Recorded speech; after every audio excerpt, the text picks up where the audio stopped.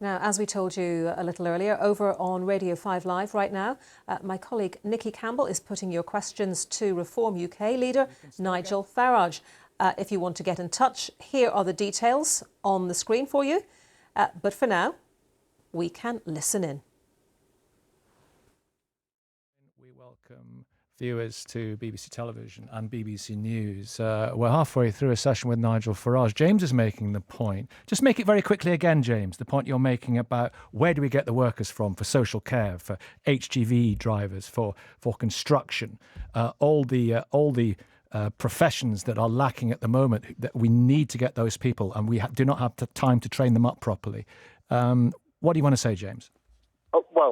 Yeah, exactly that. There's so many. There's a massive list. I can't go through them all, but all these massive gaps in the workforce. We need people to come and fill them. And since Brexit, lots of people have gone back to Europe, and loads of roles aren't being filled. So all our services, social care, hospitality, construction, etc. Haven't got enough people to fill those roles. Okay, listen, thank you. The economy is suffering because of that. Thank you. James said a fair bit before you joined us on the television as well, which was interesting. I'm going to go to another call which follows on, very much appreciated. Going to go to another call which follows on that point as well, and it's Siddharth in Derby. Hi to you. Good morning. Hi. Morning. Good morning. Good morning.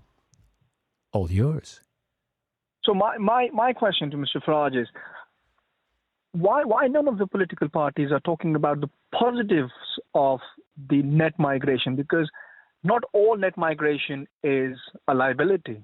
I am a professional. I came 19 years ago, created jobs, helped in creating jobs, made the economy millions, and through VAT. So why is none of the political parties actually giving the figure of the people as part of the net migration who have actually given it back to the society? Siddharth, you've intrigued me there. You've made the economy millions. Yes, I work in hospitality. So the restaurants I work for, the groups I work for, it's 20% VAT going back into the country. So how is that? How am I the net migration, or I'm one of that figure who is a liability? I think I'm an asset. So why is none of the political parties raising that? Why are we not giving that figure, that these net migration figures, there are a lot of assets in that figure? Well, of course you're an asset. And of course, skilled migration can be a huge asset to the country. But when it comes to unskilled migration, where people are not paying very much tax at all, they're allowed to bring dependents with them, that may suit the company, and particularly the big corporations who, of course, want to pay people as little as they humanly possibly can. That is overall not a positive to the country. So, of course, there are swings and roundabouts with this. The point that I'm making But don't throw the baby out with the bathwater, because people like Sid, where did you come from?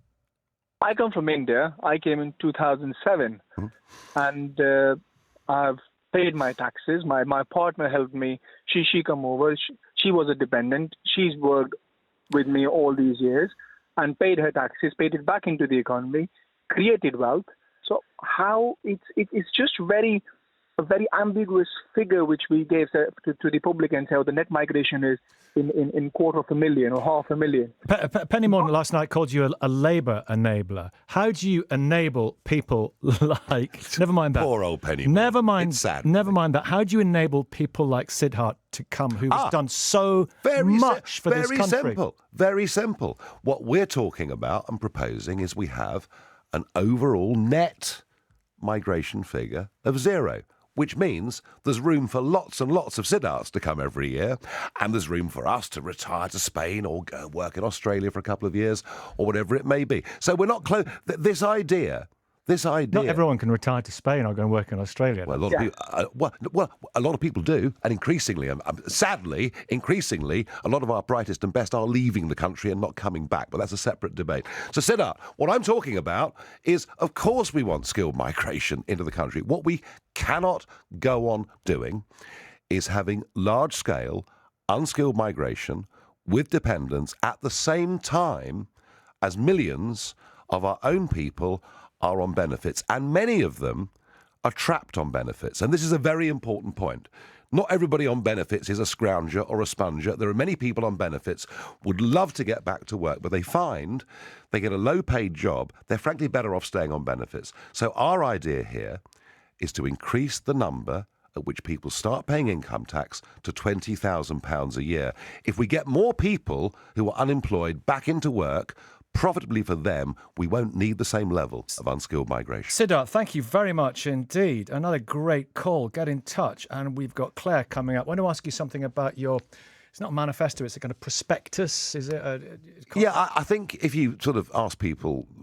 Manifesto is what's your word association? Lie, basically, is what they say. So a contract. I've been leading it, and it's out for consultation. On the on the climate emergency, and I'm really into science. Are you? What, sunspots, volcanic activity, all that sort of thing? Really like it. But listen, you know there's 99% scientific consensus on this. There's more scientific consensus on anthropogenic climate change being destructive to the planet than there is on smoking causing cancer, which you may be interested in. But listen, it says on your prospectus, CO2 is essential for photosynthesis to enable plant growth. CO2 only represents 0.04% of the atmosphere. The average garden greenhouse has 3 times more. Nigel Farage, you will have to change this before you publish it, because it's like something you find on a dodgy American link on YouTube. It's absolute scientific hogwash. What percentage of CO2 that's produced every year is man-made? It's a trace gas, CO2, for a start. And the most harmful outcome of rising atmospheric CO2 on vegetation is climate change itself, drought, heat stress, which would overwhelm any... But hang on, that's the science. All right, no, listen. And I know you've been wriggling with sort of young Earth creationists in America and stuff like that. Get out of it. I'm getting out of nowhere. I am not having any scientific debate on it at all. All I do know... But you can't put that in your... People will laugh at you. All I do know... Well, I won't be, and I'll be releasing the contract on Monday. So you've taken that out, all you've seen is a draft. I'm not going to have any debate on the science. All I do know is that man produces about 3% of the CO2 produced in the world every year. All right? And it's a vital 3%. And that it is nuts to call CO2 a poison. Now, that's all I will say on the science. What is perhaps more important is this. Well, this really is important. Net zero is deindustrializing our country. It's not more important because of what's happening to the planet. Well, have a listen. Okay, fine. Send me some YouTube links. No. I'm not arguing the science with you. I'm arguing the impact of what we are doing, which is an enormous act of economic self-harm. And if we don't do it? We're irrelevant. But we're global leaders. No, we're not. We're at the cutting edge of technology. Do you know, Mr. Modi, who's just been re-elected as the PM in India, one of his election boasts, for the first time, we've produced 1 billion tons of coal. All right?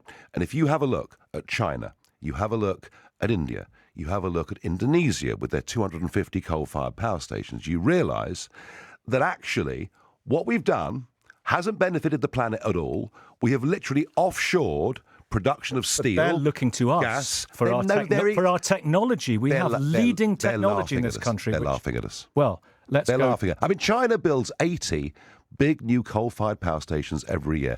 All I'm saying is... Give up. No, hang on. Is it worth us committing an act of self-harm if all we're doing is exporting the CO2 production What it is somewhere worth else? is being at the top table with these people and saying, let's all move together slowly, because if we all move together slowly, it's going to have a massive... But they're effect. not It's moving. not about you, it's not about me, it's about the callers. They're not moving. Well, they're not going to move if we do nothing. If we do absolutely nothing, they're certainly got to... Well, okay, Nicky Campbell, would you rather we import steel made in India or make steel ourselves? Okay, Nigel Farage, let's hear from Claire. Come on, you want the argument. Well, I'm arguing about the science. Claire in Hartley. Wintney, is that right? That's right, yes. Sorry about that little contretemps. Well, what? You've explored quite a bit there. We can see now where Mr. Farage comes from. Oh, really? My question was simply, how will you help our country tackle the climate emergency? Something has to be done. We should not be committing an act of mindless self-harm. And I repeat the point, Claire. You know, if we will be using steel, we will be using oil, we will be using gas up until at least 2050. And that's admitted by every side in this debate, regardless of a scientific debate. We will still be using that, hopefully... It's not a debate. Hopefully in diminishing quantities. Hopefully, maybe not. All right? And what I'm saying, Claire, is it is an act of self-harm to deindustrialise, to put massive bills on the poor when it doesn't benefit global CO2 emissions at all. If we can find... And by the way, I'm pro-nuclear. I think that is perhaps the best thing we can do to reduce carbon emissions is to go for nuclear power, which, by the way, gives us not intermittent energy, but regular energy. So that's all I'm arguing, Claire, is let's not commit an act of self-harm. My argument is that it will be an act of self-harm if we do nothing. Well, we have reduced... And it is a challenge. The transition from fossil fuels to renewables is a challenge. But we've got to push that forward. And to do nothing is a case of self-harm. I'll tell you what, it's really good that we've discussed this and put it on the table. I wait with great interest to see if you do change the contract when you release it on Monday, because I'm sure there are a lot of people who support you who are extremely worried about the state of our planet. They can be worried about it, but the point I'm making... I know you're making Why not? We've reduced CO2 emissions in this country by... Allow me to move. I'm going to be Juliet. I'm going to be Juliet. Go on then. I'm going to be Juliet Chingham. I'm going to move it on. Could I say something else? In one sentence, and then I'll move it on. Just put it out there, Claire. Go on. As the planet heats up, the equatorial area, a great band of country around the equator, will be uninhabitable, and the migration then around the world will be enormous. You ain't seen nothing yet. Well, Stop the ships. That's what it will be. Yeah. Look. You know that. Look, well, if some parts become uninhabitable, other parts might become habitable. Look, I mean, species are disappearing at an unprecedented rate. We've had climate change for millions of years. You know that. Not at this rapidity. How do we know? How do we know? I refer to this. How do we know? Okay, let's our scientific knowledge of this is very small. Let's move on to let's go with Danny in Liverpool. Good morning, Danny. Hi, good morning. Yeah, hi Nigel. Good morning. I'd just like to ask, I'm basically a transgender person, right? It's a transgender woman. Mm-hmm. And I'd like to know how you would interact with transgender people on a health level if you were to become opposition, essentially. Danny, let me be absolutely clear. You're a libertarian, aren't you? Let me be absolutely clear. You know, in my political professional career, I've had transgender people as elected representatives of UKIP, and absolutely no problem at all, and people should be allowed to be what they want to be. Of course.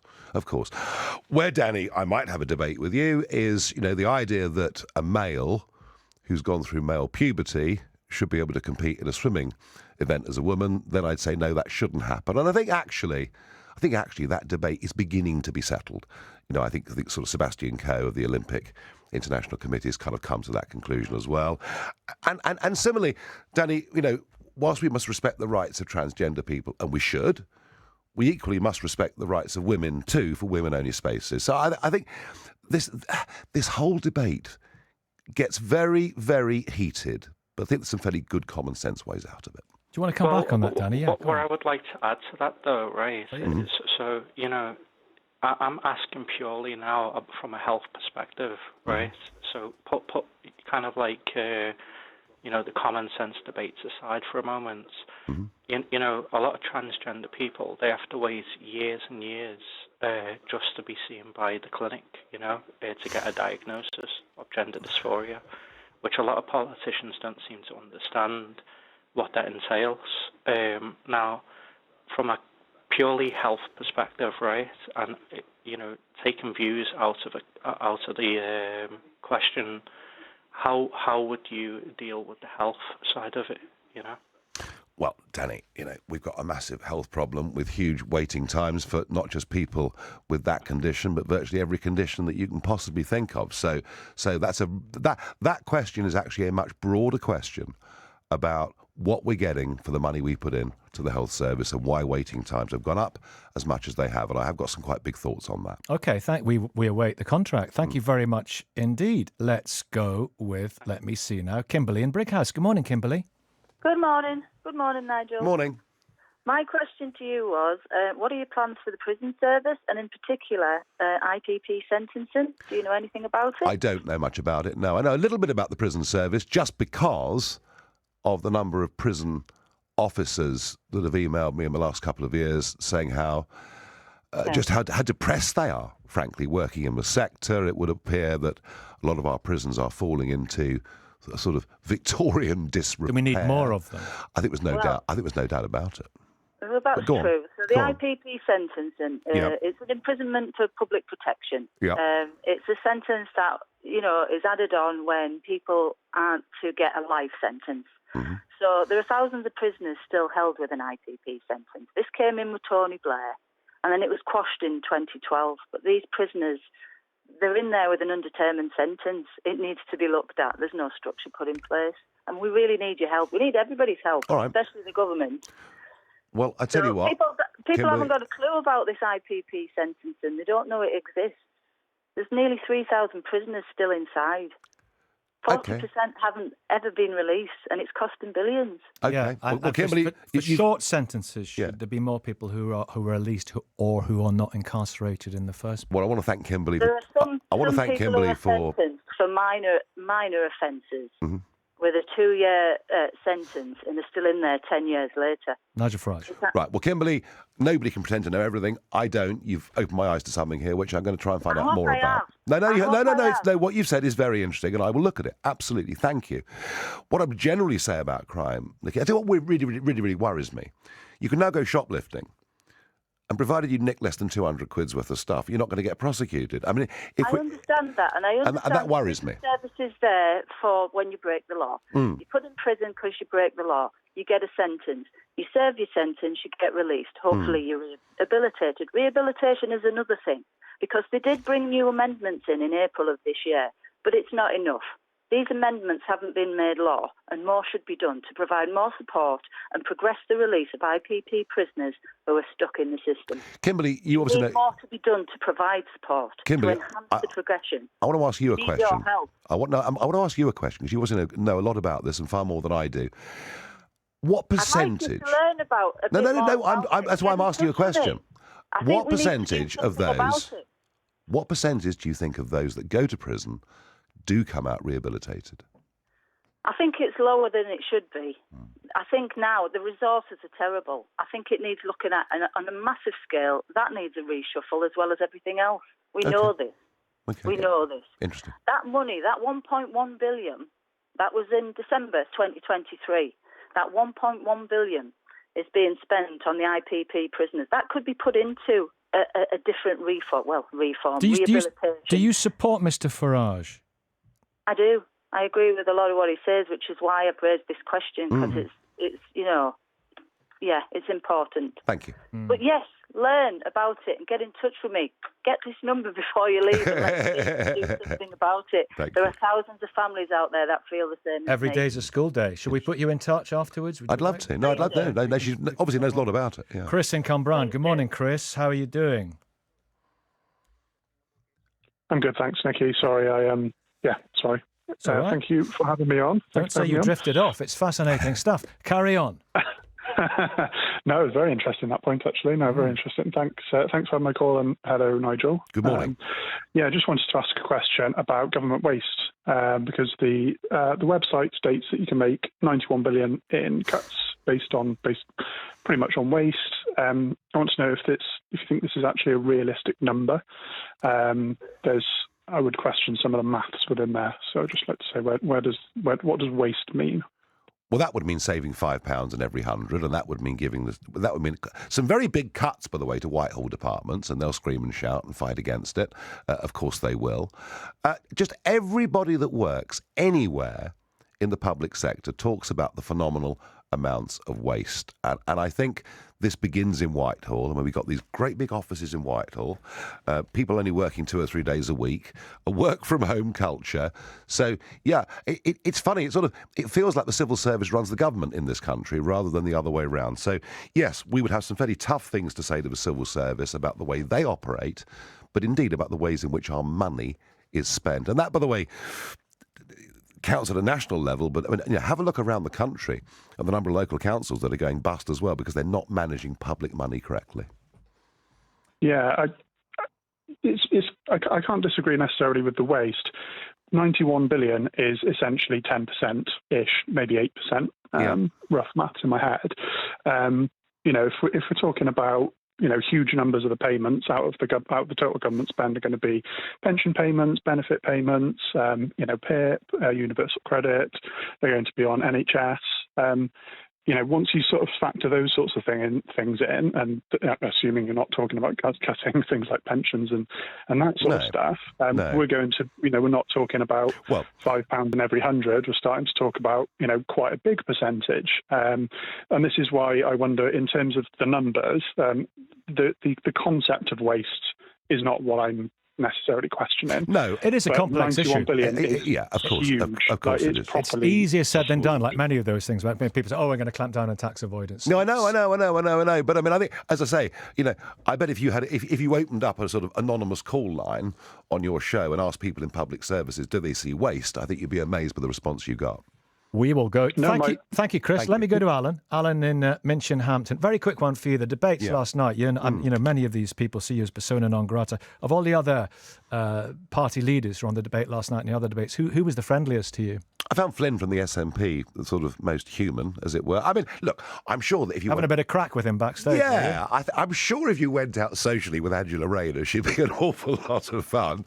But it's so he was genuinely warm towards you. Yeah, I mean, we have very different ideas. Yeah. But this is How actually was Penny Mordaunt towards you? Oh. I mean, she looked like a frightened rabbit, didn't want to see me, really. Well, not surprising, given the polls, that's how she felt. I mean, look, it is actually important, and you said earlier on that you get a lot of people on your show that love me or hate me, and I understand that, but I think it is very, very important in our politics that we get back to why we actually do this. And we do this because we can settle things through debate, sometimes heated, and then ultimately a decision gets made at the ballot box and we respect that decision. And when I try and go out and walk through Barnsley Market or wherever I am, and I face violence and people throwing things at me, that is not the way that it should be. Unacceptable. Alan in Minchinhampton. Hello, Alan. On you go. Hi there. Hi. Good morning. So am I live now? You are. Yeah. You're on. Hi, Nigel. Thanks for having me on. I'm here to speak for my sister who can't speak now. She's just enjoyed the best care possible in the UK for cancer, thyroid cancer. I visited the facility with her on a number of occasions. She listened to your debate last night, Nigel, your contribution to the debate, and she is terrified because the care that she received in her local cancer hospital was delivered by a majority of non-white UK specialists. Now, you have views on immigration. I witnessed that. I went into the facility with her on a number of occasions. You have ideas on immigration and foreigners, which are getting a lot of airtime. And speaking to my sister, she is terrified that your ideas will be a wrecking ball to the NHS and other infrastructure, not thought out, not costed. What can you say to reassure her? OK, well, first things first, I'm pleased she's had great cancer care. I was a cancer patient of the NHS many years ago, and I didn't have such a good experience. So it sort of depends where you go, when you go. What I would say to her is this. I'll tell you what is an absolute scandal, and that's the number of people who go through training in the United Kingdom, all the way up to consultant level in some cases, who then leave the country and go for better paid jobs in Australia or America. And I think if we invest a lot of money in public servants, they owe us some at least 5 years of their time. Why are they leaving? because the money's better elsewhere, particularly Australia. I mean, if you're a doctor or a nurse, the money in Australia is almost exactly double what it is here. So I understand from their personal point of view, but if we invest a huge amount of money in people, they should give us time back. I think that's a very fair contract we should do.